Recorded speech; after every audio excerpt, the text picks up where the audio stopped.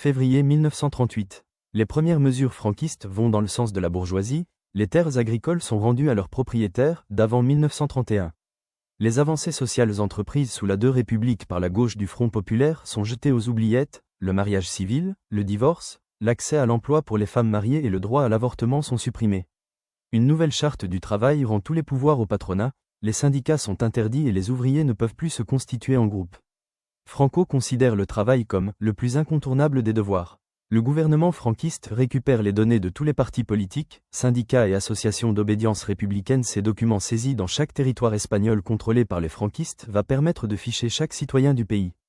Printemps 1938. Les fascistes enfoncent le front d'Aragon. Les républicains mobilisent le plus grand de leurs forces dans la bataille de l'Èbre qui sera la plus sanglante et la plus intense de toute la guerre. Negrín López annonce le retrait des brigades internationales en septembre 1938. Le gouvernement officiel espère obtenir le retrait des troupes allemandes et italiennes, soutien des fascistes espagnols, il n'en est rien. Démobilisés, les membres des brigades internationales quittent le cœur lourd leurs camarades espagnols et les laissent seuls. Février 1939. Après avoir pris le pouvoir sur toute la Catalogne, Franco fait défiler ses troupes à Barcelone, celles-ci sont accueillies par une foule les saluant du funeste salut fasciste, semblable à celui des nazis allemands et fascistes italiens. Craignant pour leur vie, un demi-million d'Espagnols quittent leur pays et s'exilent. Ils franchissent les Pyrénées et cherchent asile en France. À Tarbes, Perpignan, Toulouse, Albi, Montpellier seront les villes où le plus grand nombre de réfugiés espagnols républicains s'installeront. Un mois plus tard, Madrid tombe à son tour sous le joug franquiste après 2 années et demie de siège. La République s'éteint. Printemps 1939. La guerre est terminée suite à la victoire des fascistes espagnols, elle a coûté la vie à 400 000 Espagnols dont la moitié sont des civils. Franco célèbre à Madrid en ruine son succès et son arrivée au sommet de l'État espagnol en faisant parader ses hommes. La population qui soutenait ce putsch fasciste répond présent en masse et accueille l'armée franquiste d'un salut fasciste. Les images sont semblables à celles de l'Allemagne nazie ou de l'Italie fasciste de Mussolini. Franco marque sa victoire et sa puissance militaire. Les républicains qui ne sont pas parvenus à s'exiler, vivent cachés et sont rapidement traqués. Franco fait promulguer une loi criminalisant tout individu ayant défendu la République.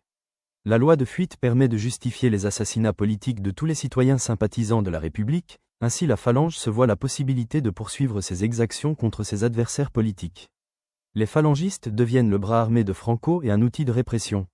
La peur se répand dans la société espagnole, le gouvernement fasciste observe tous les citoyens, les rassemblements politiques sont interdits et des espions sont déployés dans tout le pays, y compris dans les immeubles d'habitation, les Espagnols se savent épier en permanence. La torture est autorisée pour lutter contre ceux toujours considérés comme l'ennemi à détruire.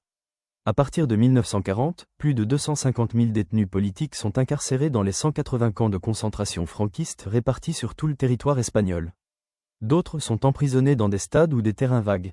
Le dirigeant nazi Himmler conseillera à Franco d'utiliser cette main-d'œuvre disponible et gratuite pour ériger d'ambitieux travaux. Le dirigeant fasciste espagnol suivra les conseils et exploitera ses ennemis politiques pour reconstruire l'Espagne à son image et selon sa volonté. Il fait ériger un mausolée en hommage aux combattants franquistes morts durant la guerre civile. Les travaux colossaux du chantier dureront 2 décennies. Octobre 1940. Après sa victoire contre la France, Hitler se rend en Espagne pour connaître la position de son homologue espagnol sur une éventuelle entrée en guerre à ses côtés. Franco rejette une guerre européenne, précisant que la sienne n'est pas terminée. En effet, bien que l'armée républicaine ait capitulé, des hommes et femmes ont pris le maquis pour continuer la guerre au franquisme.